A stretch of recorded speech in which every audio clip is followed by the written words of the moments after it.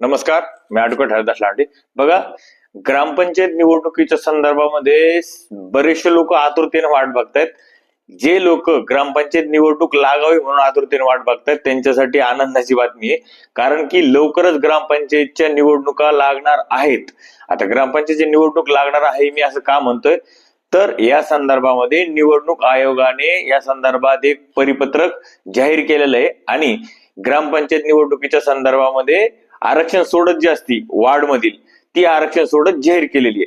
म्हणजे आरक्षण सोडत जाहीर झाल्याच्या नंतर आरक्षण सोडत वार्डाची झाल्याच्या नंतर लगेच ग्रामपंचायतच्या निवडणुका लागू शकतात. त्यासाठी सध्या शासनाच्या परिपत्रकानुसार निवडणूक आयोगाने या संदर्भात परिपत्रक जाहीर केलेलं आहे. परिपत्रक काय, याच्यामध्ये कशा पद्धतीने काय काय गोष्टी दिलेल्या आहे, कुठल्या ग्रामपंचायत निवडणूक होणार आहे, का नुसत्या 2026 मध्ये संपलेल्या ग्रामपंचायतच्या निवडणुका होणार आहे, किंवा ज्या काही 2025-24 ला ज्यांचा कार्यकाळ संपलेला आहे त्यांच्या संदर्भात सुद्धा काय याच्यामध्ये सांगितलेलं आहे. या सगळ्या गोष्टीची माहिती आपण याच्यामध्ये बघणार आहोत. बघा, 26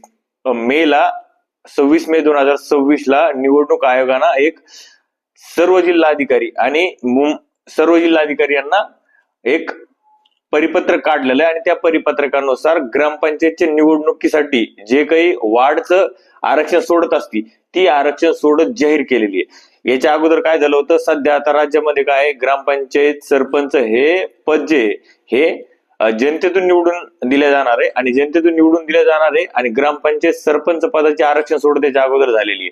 आता जर ग्रामपंचायत निवडणुका लावायच्या असेल तर अगोदर वार्ड मधील आरक्षण निश्चित करावं लागेल. वार्ड मधील आरक्षण निश्चित झाल्याच्या नंतर कुठल्याही क्षणी ग्रामपंचायतच्या निवडणुका लागू शकतात. म्हणजे याला जास्त काळ नाही. आता या संदर्भात वार्ड रचनाचं आरक्षणाचं हे कार्यक्रम जाहीर झालेला आहे. बघा, कुठल्या ग्रामपंचायतसाठी आरक्षण सोडत जाहीर झालेली. बघा, राज्यातील सन 2024 व 2025 मध्ये मुदत संपलेल्या व सन 2026 या कालावधीत मुदत संपणाऱ्या नवनिर्मित ग्रामपंचायतीच्या सार्वत्रिक निवडणुकासाठी सदस्याच्या आरक्षण सोडतीचा कार्यक्रम. म्हणजे थोडक्यामध्ये 2024 पासून ते 26 पर्यंत जेवढ्या ग्रामपंचायती चा कार्यकाळ संपलेला आहे किंवा ज्या ग्रामपंचायती नवीन निर्माण झालेल्या आहे या सगळ्या ग्रामपंचायतीचा आरक्षण सोडत कार्यक्रम जाहीर झालेला आहे. म्हणजे राज्यामध्ये जेवढ्या ग्रामपंचायतीचा कार्यकाळ संपलेला आहे त्या सगळ्या ग्रामपंचायती निवडणुका येणाऱ्या काळात लवकरच लागण्याची शक्यता आहे. हे परिपत्रक काढलेले. या संदर्भात आता बघा, राज्यातील सन 2026 मध्ये मुदत संपणाऱ्या तसेच नव्याने प्रस्थापित ग्रामपंचायत प्रभाग रचनेसाठी ग्रामविकास विभागाने काय केलं, 17/2/2026 प्रभाग कार्यक्रमानुसार 28/4/2026 रोजी प्रभाग रचनेची अंतिम मान्यता होऊन प्रभाग रचनेस दिनांक 4/5/2026 रोजी व्यापक प्रसिद्धी देण्यात आली असून, म्हणजे थोडक्यात अगोदर जी वार्ड रचना करायची होती, वार्ड रचनाच्या अगोदरच गाव लेवलवर झालेली आहे. म्हणजे वार्डाची जी काही सीमा असती ती निश्चित करण्याचं काम याच्या आधी अगोदर झालेलं आहे. आता फक्त वार्डाचं आरक्षण सोडत घ्यायची आहे. आता आरक्षण सोडतीचा कार्यक्रम कसा आहे बघा, आरक्षण सोडतीचा कार्यक्रम आहे विशेष ग्रामसभेची सूचना देणे. विशेष ग्रामसभा कधी घ्यायची आहे याची सूचना द्यायची आहे आरक्षण सोडत काढण्याकरता. म्हणजे 8/6/2026 ला, म्हणजे 8 जूनला सूचना द्यायची आहे.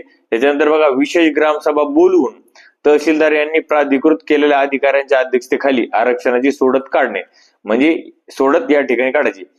अनुसूचित जाती, अनुसूचित जमाती, नागरिकाचा मागास प्रवर्ग, अनुसूचित जाती, महिला वगैरे या सगळ्याचं हे कधी करायचंय, 12 जून 2026 ला करायचंय. त्याच्यानंतर बघा, प्रभागनिहाय आरक्षण प्रारूप अधिसूचनेला नमुना ब जिल्हाधिकारी यांनी मान्यता देणे. जी काही सोडत झालेली त्याला जिल्हाधिकारी मान्यता देणार आहे. कधी, 17 जून 2026 ला. प्रभागनिहाय आरक्षणाचे प्रारूप प्रसिद्ध करणे. जे काही सोडत झालेली त्याचं प्रारूप प्रसिद्ध करायचंय 19/6/2026 ला. त्याच्यानंतर बघा, प्रभागनिहाय आरक्षण निश्चितीबाबत हरकती व सूचना दाखल करण्यासाठी कालावधी. म्हणजे जर याच्यावर काही हरकती सूचना वगैरे असेल तर 19 जून ते 25 जून पर्यंत तुम्हाला हरकती घ्यायच्यात. त्याच्यानंतर बघा, उपविभागाधिकारी यांनी प्राप्त हरकती विचारात घेऊन अभिप्राय देणे. म्हणजे याच्यावरती अभिप्राय देण्याचा अधिकार हा SDM साहेबाला दिलेला आहे आणि तो कधी दिलेला आहे, 3 जुलै 2026 पर्यंत. त्याच्यानंतर बघा, उपविभागीय अधिकारी यांचे अभिप्राय विचारात घेऊन अंतिम अधिसूचनेस नमुना अ जिल्हाधिकारी यांनी मान्यता देणे. म्हणजे सगळ्या गोष्टी हरकती सूचना झाल्याच्या नंतर अंतिम जी काही मान्यता द्यायचं काम आहे ते 8 जुलै या दिवशी होणार आहे. त्याच्यानंतर बघा, जिल्हाधिकारी यांनी मान्य केलेल्या अंतिम प्रभाग रचनेला नमुना अ मध्ये व्यापक प्रसिद्धी देणे. म्हणजे त्याच्यानंतर त्याला प्रसिद्धी द्यायची आहे। 10 जुलैला सगळ्या गोष्टी कंप्लीट होणार आहे। थोडक्यामध्ये सांगायचा दृष्टिकोन असा आहे की सध्या सुप्रीम कोर्टामध्ये जिल्हा परिषद पंचायत समितीचे जे काही आरक्षण सोडत शिल्लक झालेली आहे, म्हणजे ज्या ठिकाणी आरक्षणाचं प्रमाण जास्त झालेलं आहे त्याची सुनावणी जी आहे ती 22 जुलैला होणार आहे। आणि ग्रामपंचायतची सोडत सुद्धा 10 तारखेपर्यंत सगळी प्रभाग रचना वगैरे सगळं रेडी होणार आहे। फक्त निवडणुकीचं नोटिफिकेशन जाहीर करायचं एवढंच बाकी राहणार आहे। म्हणजे 10 जुलैच्या नंतर कधीही ग्रामपंचायतच्या निवडणुका कुठल्याही क्षणी राज्यामध्ये लागू शकतात, किंवा जिल्हा परिषद अगोदर होऊ शकतात, किंवा जिल्हा परिषदच्या अगोदर ग्रामपंचायती लागू शकतात। अशा पद्धतीचं हे एक अपडेट आलं होतं। आणि त्यामुळे जेवढे काही लोक सध्या ग्रामपंचायतची आतुरतेने वाट बघतायत आणि जो काही सध्या प्रश्न चालू आहे सरपंच प्रशासक नेमणुकीच्या संदर्भात, बऱ्याचशा लोकांनी कमेंट्स केल्या होत्या की हे सगळ्या भानगडी करूच तर ह्या सगळ्या भानगडी करीपर्यंत तुम्ही काय करा, अधिकाऱ्यालाही प्रशासक नेमू नका आणि सरपंचाही नेमू नका। सरळ सरळ राज्यामध्ये जेवढ्या ग्रामपंचायतीच्या मुदत संपलेल्या आहेत त्या सगळ्या मुदत संपलेल्या ग्रामपंचायतीच्या निवडणुका जाहीर करायला, ह्या बाकीच्या गोष्टी करायची आवश्यकताच नाहीये। आणि त्या दृष्टिकोनातून आता निवडणूक आयोगाने पाऊल टाकलेलं आहे आणि लवकरच राज्यामध्ये निवडणुकाचं बिगुल वाजणार आहे। आणि हा जवळपास अर्ध्यापेक्षाही जास्त ग्रामपंचायतीचा सर्वात मोठा टप्पा हा इलेक्शनचा असतो। जवळपास 14,500 ग्रामपंचायती या टप्प्यात असतात। आणि आता उर्वरित सुद्धा ज्या काही ग्रामपंचायती राहिलेल्या 2024 आणि 25 मध्ये मुदत संपलेल्या, त्या मिळून जवळपास 15,500 हजार ग्रामपंचायतीचा हा सगळ्यात मोठा टप्पा राहणार आहे निवडणुकीचा। आणि तो निवडणुकीचा टप्पा येणाऱ्या जुलैच्या नंतर कुठल्याही क्षणी निवडणूक जाहीर होऊ शकते।